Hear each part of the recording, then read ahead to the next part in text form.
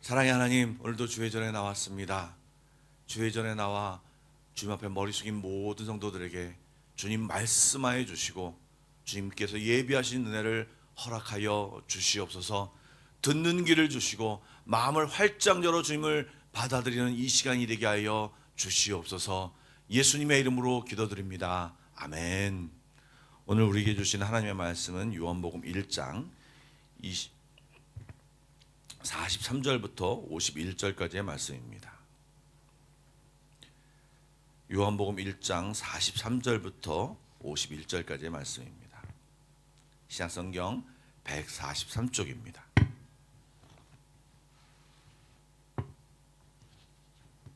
한 절씩 교독하여 읽도록 하겠습니다. 이튿날 예수께서 갈릴리로 나가려 하시다가 빌립을 만나 이르시되 나를 따르라 하시니 빌립이 나다나엘을 찾아 이르되 모세가 율법에 기록하였고 여러 선지자가 기록한 그 일을 우리가 만났으니 요셉의 아들 나사렛 예수니라.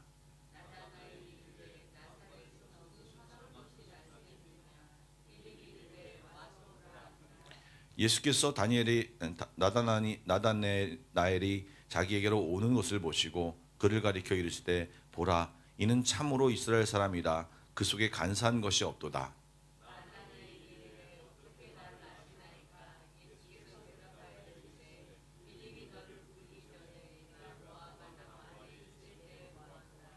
나다나엘이 대답하되 랍비여, 당신은 하나님의 아들이시요 당신은 이스라엘의 임금이로소이다.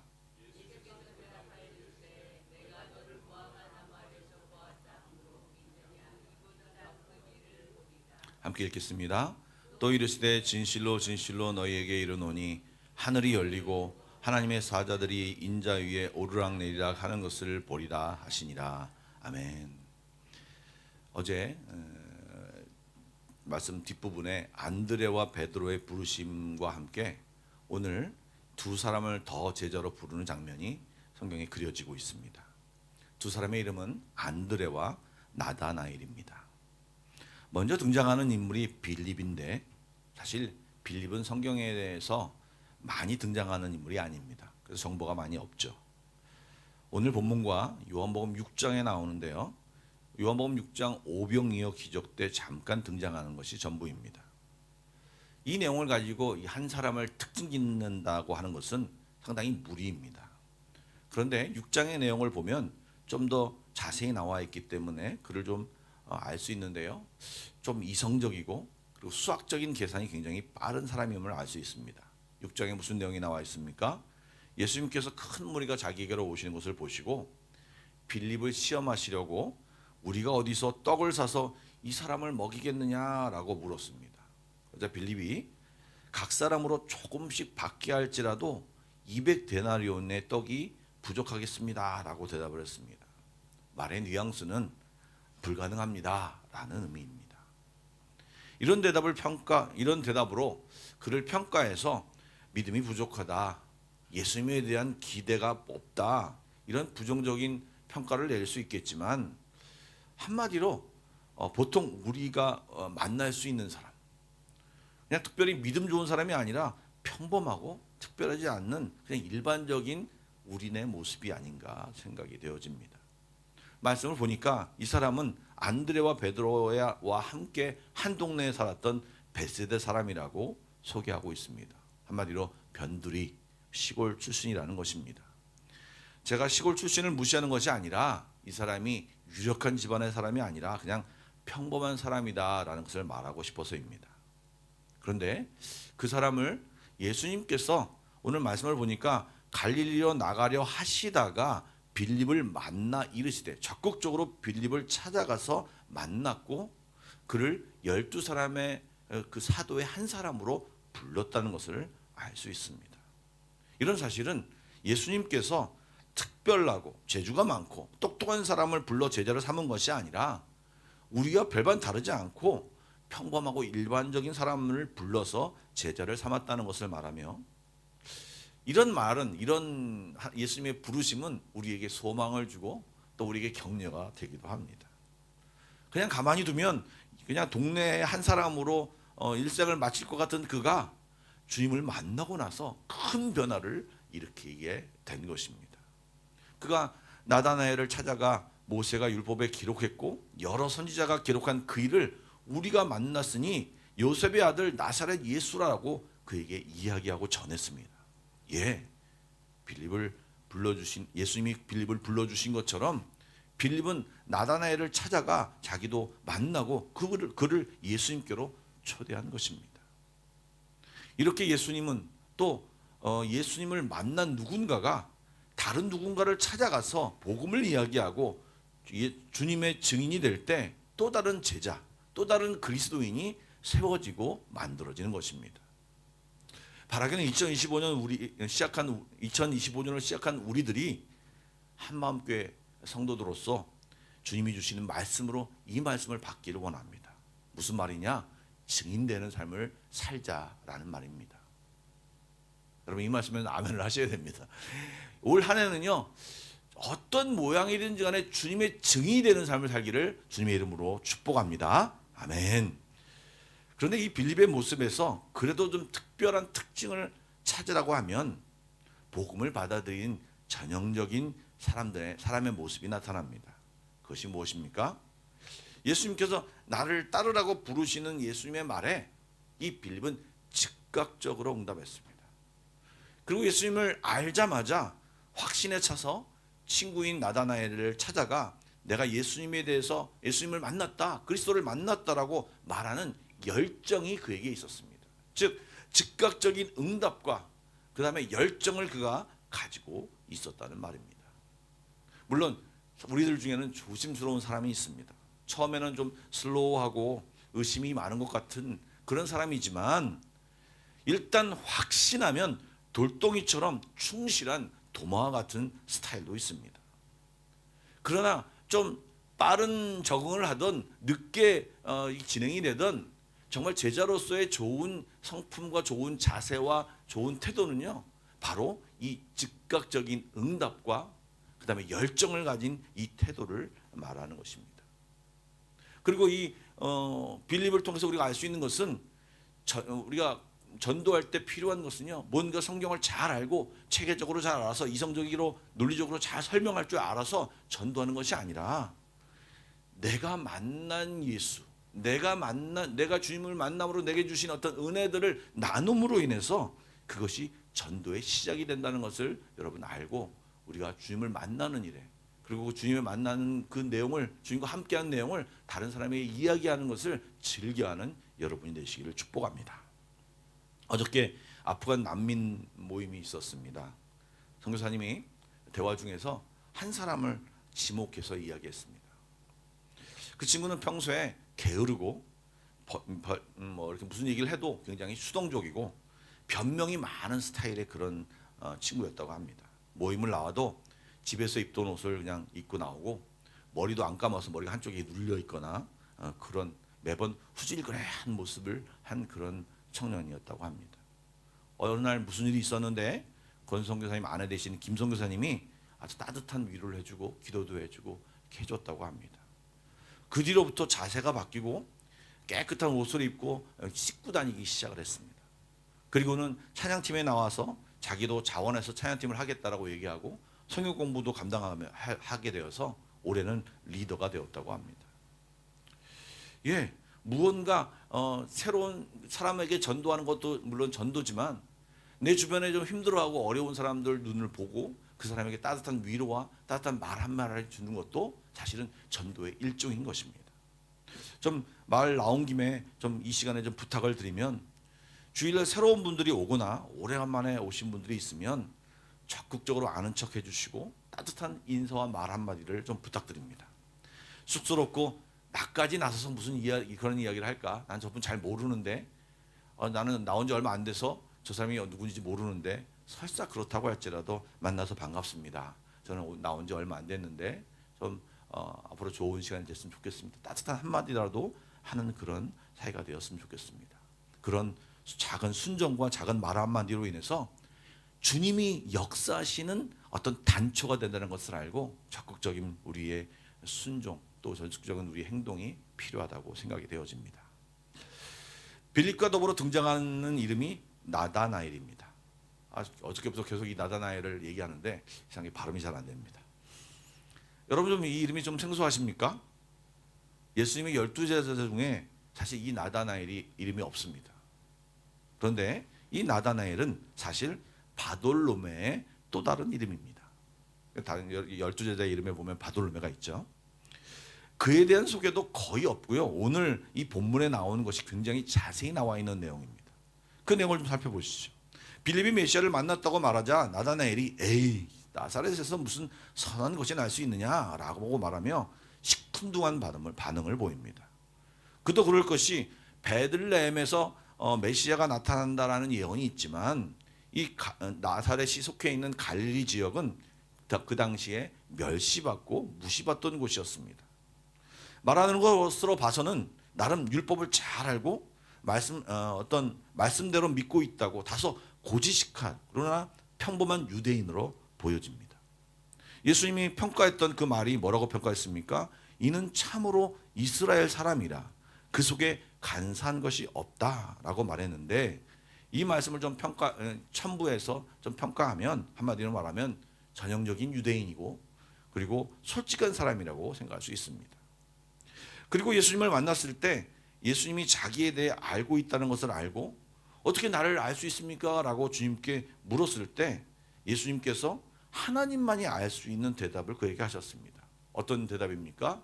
너를 만나기 전에 네가 나를 만나기 전에 내가 네가 무화과 나무 밑에 있는 것을 보았다라고 주님이 대답하셨죠. 무화과 잎은요 무성하고 그늘이 짙어서 그 무성한 나무 가지 아래서 율법을 배우기도 하고 또 기도와 명상을 하면서 경건한 유대인의 그런 어떤 관습을 갖는 것이 보통 유대인에서 경건한 사람들의 모습이었다고 합니다. 그러자 그런 대화를 나누면서 이 나다나엘은 정말 주님이 나를 알고 계시는구나라는 것을 깨달았던 것 같습니다. 더 자세한 얘기는 없지만 주님이 자신에 대해서 굉장히 정확히 알고 있음을 알고 이것은 하나님이 아니고는 알 수 없다라는 것을 믿고 또 놀라며 당신은 정말 하나님의 아들이라고 이스라엘의 임금이라고 고백했습니다. 이전에 그가 가졌던 선입견도 있고 자기가 가진 얄팍한 지식, 경건으로 예수님에 대해서 약간 냉소적인 반응을 취했던 나다나엘이 자기를 용납하고 자기의 그 껄렁껄렁한 모습을 용납하고 주님이 계속 응대하시며 기다리시고 그런 모습을 보면서 태도를 바꾸어 당신은 하나님의 아들이라고 이스라엘의 임금이라고 고백하게 된 것입니다. 그러자 예수님께서는 그에게 이제 더욱 놀라운 것을 보게 될 것이라고 정말 이 축복의 메시지를 격려의 메시지를 하면서 그의 태도의 변화를 이끄셨습니다. 여러분 우리가 이 세상을 살면서 가지는 선입견 그리고 습득한 지식으로 인해서 말씀을 제대로 받아들이지 못하는 어떻게 보면 좀 거부하는 이 말씀을 무시하는 그런 태도를 갖는 경우가 종종 있습니다. 여러분 그럴 경우에는 사실 또 다른 새로운 기회를 기다려야 되고 직선으로 갈 수 있는 길을 돌아서 가는 경우가 생기게 됩니다. 비록 자신의 철학을 가졌던 나다나엘이지만 빌립이 와서 보라는 권유에 그냥 따라왔더니 예수님께 왔더니 예수님의 그 놀라운 태도에 의해서 예수님이 기다려주시고 용납하시는 것에 따라서 이 나다나엘이 변화되었다는 것입니다. 그런데 그에게 똑같이 이 빌립과 같이 똑같은 모습이 있었으니 바로 예수님을 똑바로 알았을 때 바로 주님은 하나님의 아들입니다. 이스라엘의 임금이다라고 즉각 반응하고 또 주님 앞에 나와 열정적인 모습을 보임을 알 수 있습니다. 그렇게 나온 그를 예수님께서는요 이해하고 믿기를 기다리셨고 적극적으로 보여주심으로 이 나다나엘의 생각이 깨지고 새로운 믿음을 갖게 된 것입니다. 여러분 이 두 사람이 가지고 있던 이 즉각성과 열정의 태도를 우리들이 꼭 가져야 할 것입니다. 또한 주님의 모습을 보면서 우리가 배워야 할 것이 있습니다. 주님은 평범한 사람을 찾아서 만나주시고 그리고 기다려 주셨습니다. 그리고 위로해 주시고 축복해 주셨습니다. 그리고 감정적인 터치까지 해 주셨습니다.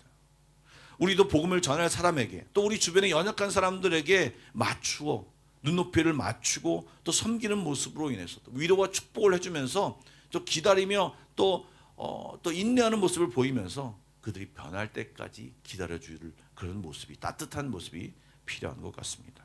말씀을 듣는 우리 모두가 이 빌립처럼, 나다나엘처럼, 또 예수님처럼 정말 이런 모습을 우리 삶 가운데 갖추기를, 본받기를 주님의 이름으로 축복합니다. 그리고 그렇게 여러분의 삶을 통해서 주의 복음이 전파되기를 축복합니다. 예. 이 시간 좀 기도할 텐데 제가 먼저 기도하고 여러분 기도 제목을 하나 드립니다.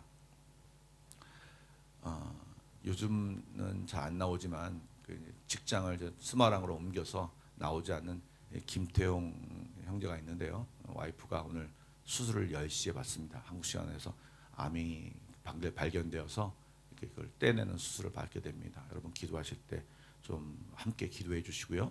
내일 새벽 예배는 이 시간이 아니라 6시에 모입니다. 여러분들 다시 강구를 드리겠지만 그때 잘 모여주시기 바랍니다. 다 같이 기도하시겠습니다.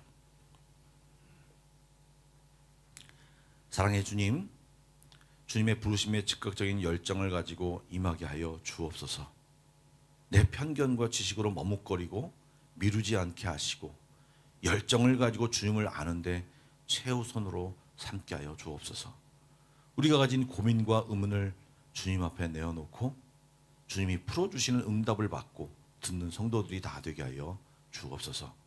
주님을 머리로만 아는 성도가 아니라 우리의 삶 속에서 생생하게 주님을 만나고 경험하는 성도들이 다 되게 하여 주옵소서.